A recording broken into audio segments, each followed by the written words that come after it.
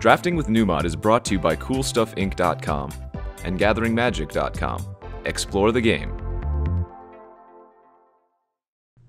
Hello again, friends, and welcome to another edition of Drafting with Numot.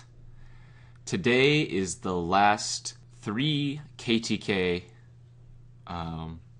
draft format that we are going to do. Fate Reforged is going to be released online in the next coming days, but I needed to record this video for the upcoming Monday since I will be going to GP San Jose. So this will be the very last triple KTK draft that we do. The very next videos for this site will be with Fate Reforged, so looking very highly towards being able to do that. But for now, we're just going to get in this triple KTK draft and see how it goes. Now, at the beginning of this format, I really enjoyed drafting 5-color and forcing it kind of hard. But as the format has progressed, I'm getting more and more all about the 2 to 3 color decks, really. Generally, I tend to be 2 colors, maybe splashing a third when I can. All right, well, we got our first pack, and I think a very, very easy first pick here is going to be the Bloodsoaked Champion. This goes excellent in not only the black-white warrior decks, it goes well in Mardu, it goes well in Sultai as well, just because if you mill it, you know, you can raid it back. But generally speaking, I take this card and I want to look for the black-white warriors deck. It is a warrior itself. It's a 2-power creature, so it trades with all the morph creatures.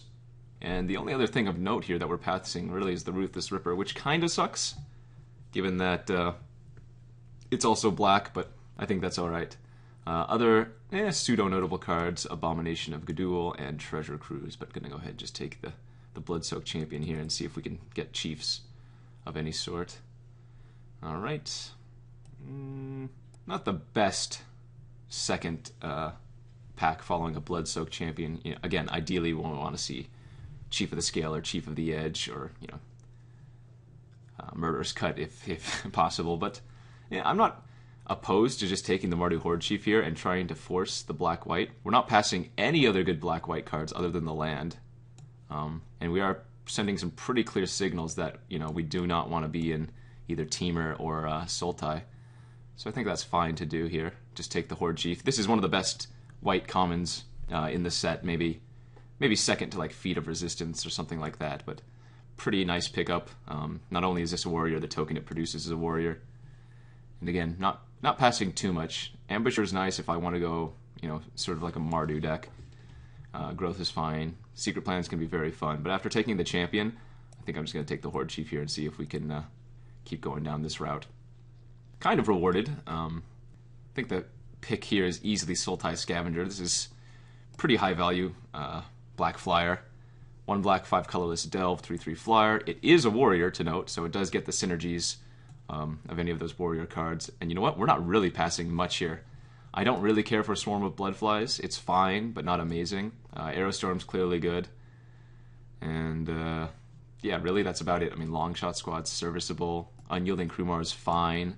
It is a warrior, it's filler, but pretty easy Sultai Scavenger here. And yeah, I just think it's the best card in the pack anyway, so happy to take that. And ooh, a nice one. So it looks like Sultai is open. We've passed multiple Abominations, the Sultai Charm now, there's a Parapet and another incremental growth, but we have both Mardu Skullhunter and Rush of Battle, both excellent cards. In this type of deck, I generally like to take the creatures prior to getting the Rush of Battle, you know, Raider Spoils types effects. But it is very important to get, you know, at least 1 Rush of Battle if possible. But I think an easy pickup here is the Mardu Skullhunter. Clearly cutting off all the black, and we haven't passed that much good white either, so good pickup. Follow that up with a... Alright, I think at this point I'm going to take the Rush of Battle over Salt Road Patrol. This pack is surprisingly decent still. Aspirant is fine, Winterflame's pretty good, Mentor's good, Scout's good, Mastodon just completely blanks some decks. Salt Road Patrol is pretty decent as well. But I think I'd take the Rush of Battle here over the Salty. Generally, I don't really care for Salt Road Patrol in the warrior decks, although it is perfectly acceptable, especially if you end up taking or lucky enough to get Abzan Falconer or Battle Priest or Nightblade, any of the Outlast creatures that give other creatures abilities. But I think Rush of Battle here is a nice pickup. And yeah, we're looking really solid so far. Wow! Huge present here. Huge present. This is a 6th pick? Chief. That's a really good sign for us.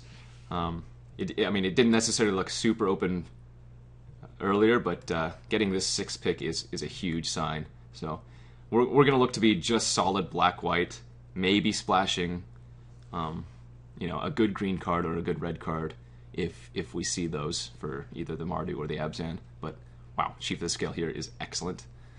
Other notable cards, Ride of the Serpent is fine. Not really looking to play that, although it's okay if it's a 1-of, just as your top end removal spell. Sign of Glacier is also very solid. And yeah, that's actually pretty insane that we're getting a 7th pick Chief of the Edge now. What is really sad is that I have to pass a Skullhunter, another Salt Road, and a Smite in addition. But I mean I don't think this. I'm at a loss for words. I don't think there's a bigger signal that you can get than 6th pick Chief into 7th pick Chief, especially when we're already on the black-white warrior train. That is completely absurd. A little bit surprised to see Team Recharger still in this pack, 8th pick. Card is very, very solid in any green deck. Happy to take Defiant Strike here. Cheap combat trick, cantrips, and if you have any prowess creatures, that's also a nice little bonus. Alright, just filler at this point. We'll take a sideboard Dutiful Return over pretty much nothing. I'm going to hate on this Sidisi's Pet. This deck has a little bit of a harder time dealing with creatures with big butts like this. Highland Games, fine, whatever. Yeah, pretty fringe picks here. Nothing much to say, but I mean, our first what, 7 picks? No, I guess our first, 7 picks were absurd. Doesn't get much better than that. Like, somehow we might be able to wheel one of the Salt Road Patrols because we passed 2 of those. That would be really nice. Again, more filler. So let's see, what else are we looking to pick up now?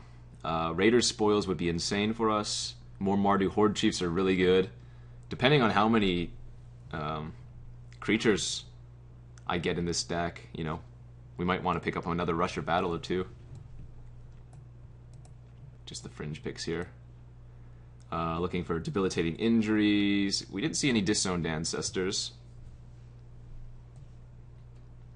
Just the common removal spells. I'd take a Throttle. Smite's fine. Generally, I don't really care for Killshot in an aggressive deck like this because you want to be proactive, whereas with Killshot, you have to react to them attacking. But if there's a Killshot in one of the packs and nothing else, then I'm sure I'll take it. I guess the nut open would be like Sorin or Wingmate Rock. Don't want to get too greedy though. We've already got pretty absurd pack 1, so just looking to again fill it out really. Just take any black-white card we see. Oh baby, and we got some nice ones here.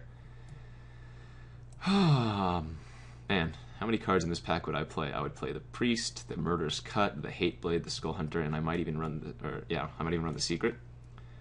So I think it's a pretty clear-cut, no pun intended. Well, pun intended. Pretty clear-cut Murderous Cut here over the Abzan Battle Priest. Although this was one of the cards that we were looking to pick up after passing all of those Salt Road Patrols. Would love it if Skullhunter wheeled. We saw one late last pack in the pack with Chief of the Edge. But Murderous Cut's just premium. Let's see. So Trail will be gone. Battle Priest gone. Land gone. It's 3, Chill 4, maybe 5, 6, 7. So yeah, I think we can wheel the Hateblade or the Skullhunter out of this pack. If not one of those 2, then Rakshasa Secret should still be here.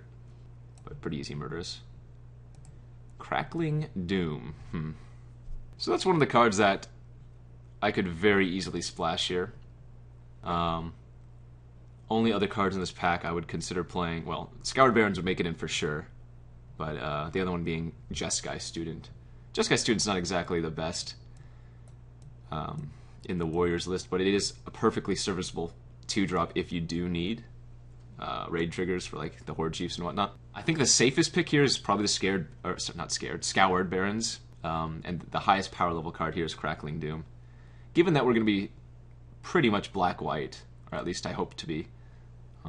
Splashing 1 or 2 red cards shouldn't be that bad, especially if I end up getting a few pieces of fixing. And again, this is just the highest power level, so we're going to go ahead and take this. Alrighty, well, Sandstep Citadel is a fixer, as is Bloodfell Cave, so those are the lands that we were looking for, but I think here I just take the Sultai Scavenger. Again, I'm not looking really to move into a 3rd color or even splash a 3rd color if I can help it. If I can just get super solid black-white, I will happily take that to make my mana really nice. We're passing a War Shrieker here, so I guess the 3 picks are really just Scavenger, Bloodfell Caves. We're not going to consider the Sandstep Citadel. We'd rather take the land that produces our off color. But yeah, another Scavenger's perfectly fine. I don't know how many of these I'd want to... Like, if we see a 3rd Scavenger, that's when things get a little bit hazy. If I already had 2 Scavengers, I might just take the Bloodfell Caves. But I think since it's just the 2nd, we'll go ahead and take it. Because now this is 3 Delve cards that we have. Another Rush of Battle here, but a pretty easy Bond-Kin in my opinion. It's not a warrior, but it's one of the better 2-drops. Just outlast it once or twice and it gets pretty beefy. And combine this card with Feat of Resistance, which we haven't seen any of yet. But combine this card with Feat of Resistance and you get some pretty nice combat tricks. Good pickup. Yeah, speaking of Feat of Resistance, I'm going to go ahead and just jam that very, very quickly. This might just be the best white common in the set. Just so much synergy and, well, such high blowout potential for just 2 mana. We are passing a Bond-Kin, another Smite, and another Krumar, but not a big deal. Happily take Feat of Resistance here, especially when we have double Chief to protect. And all of the non-creature spells are useful in pumping up, or rather delving out our Scavengers in Murderous Cut.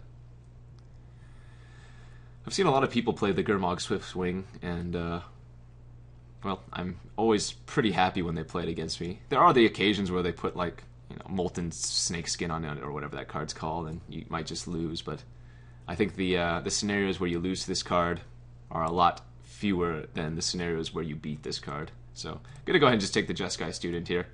It's not amazing, but we've already picked up a few combat tricks. Defiant Strike, Feat of Resistance, Rush of Battle. I'm going to go ahead and just take that over anything else.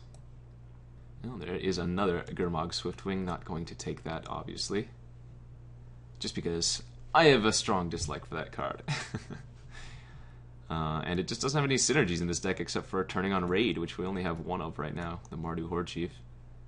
That being said, this pack really doesn't have much for me. I mean, there's a Mardu War Shrieker, but again, I'm not looking to splash too many red cards.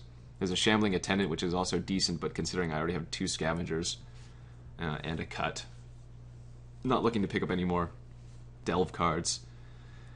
I think here it might just be taking the War Shrieker and potentially playing it, depending on if we get any fixing or not. That's a really late Snowhorn Rider, but a pretty easy War Behemoth.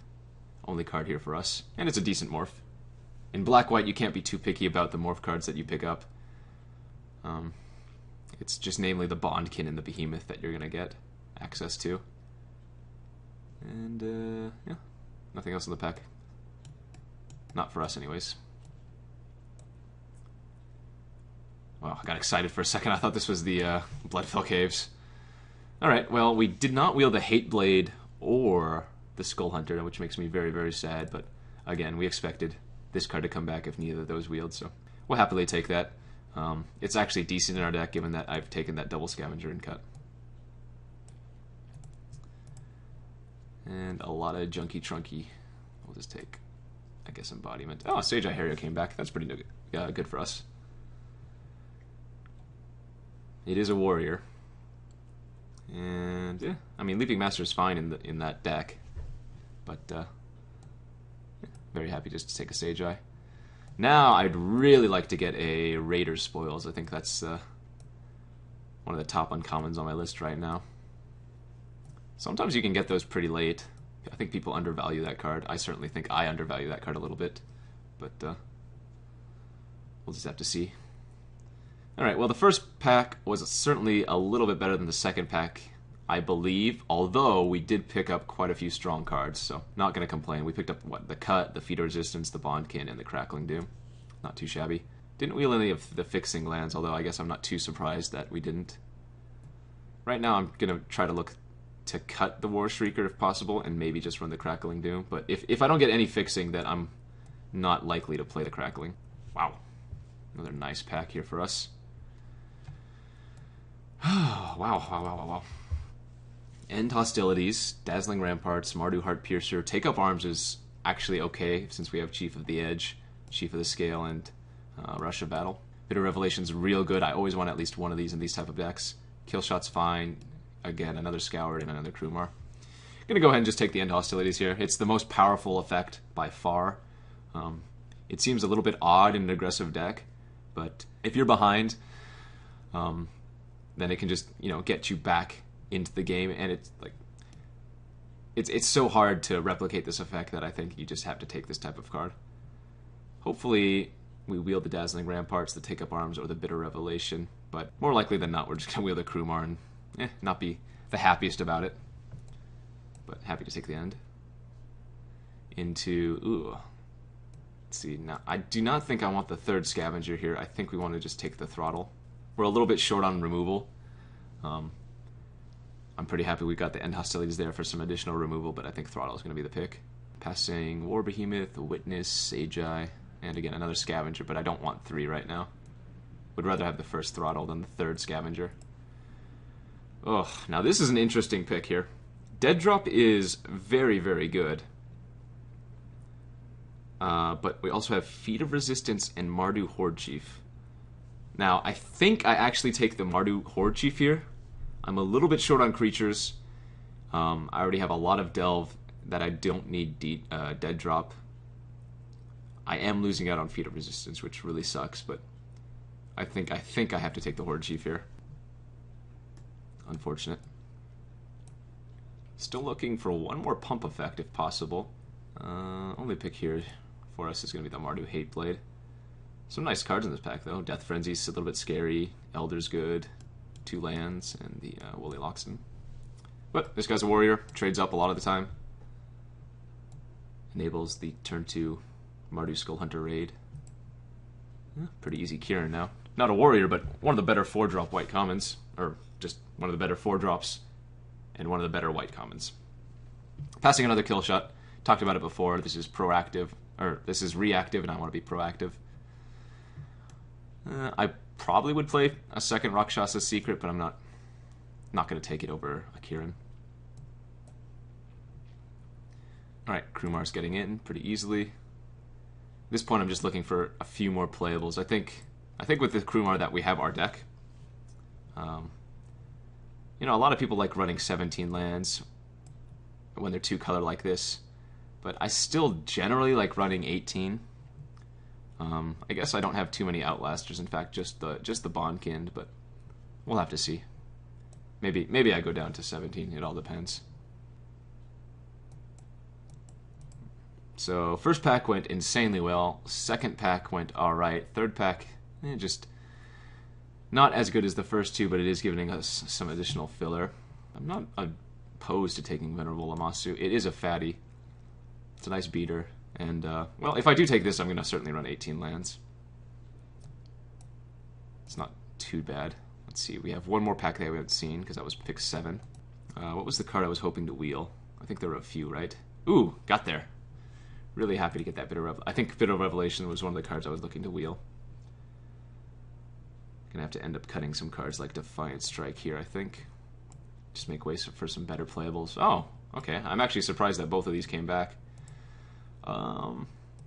What's better, Take Up Arms or Dazzling Ramparts?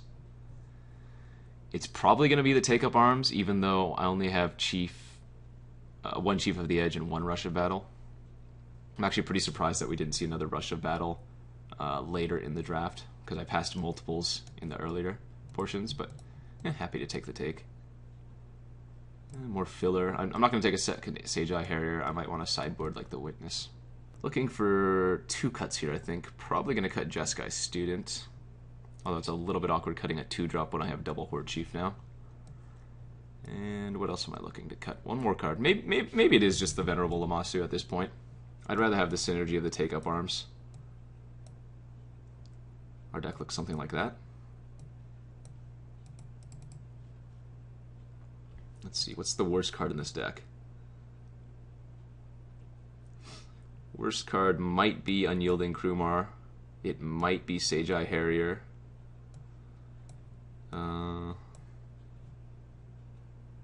Yeah.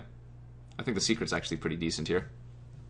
Oh, I got the second one back anyways. Not going to run 2, but it's possible I cut the Unyielding Krumar and run the Venerable Lammasu. This does have better warrior synergy, sure, but 3/3s in this format is just not impressive, especially for 4 mana. Like, morphs come down a turn sooner, and either the same turn if you're on the play or a turn after if you're on the draw. They usually flip and can eat it. Whereas Venerable Lammasu is very large, and it flies. So it's got to get that going for it. On a scale of 1 to 10, well, the start of this draft was absurd. We probably started at like a 9 for as far as first packs go, but at the end of the draft, this is looking like a 7 or an 8. Pretty solid. A lot of nice cards, but just didn't get that last push that we were looking for in the last few picks. All right, so that's a 3-drop. It's a 3-drop. I'm going to assume that the Scavengers are going to be 4 or 5 drops. And so our curve kind of looks like this. Potential cards we could be running: the Student, the Witness, the Strike, the Krumar, maybe a Secret. Don't think I want Dutiful Return, and we're certainly not going to bring in the Sidisi's Pet. Didn't take any of the fixing when I had the opportunity to, so I'm not going to run the Crackle. I think we're going to ship it like this. Yep. Solid creatures, good removal. I guess we're just looking to draw Rush of Battle almost every game, but I think this deck's certainly nice. Alright, we'll ship this, and see you guys back here for round 1. Thank you for watching Drafting with Numot. If you haven't already subscribed to Gathering Magic, you can do so to receive news of upcoming videos and discover new content. You can also check out our playlist that contains every episode of Drafting with Numot. And don't forget, you can easily watch the next video by clicking on the annotation on screen or a direct link in the video's description box. And as always, thanks for watching.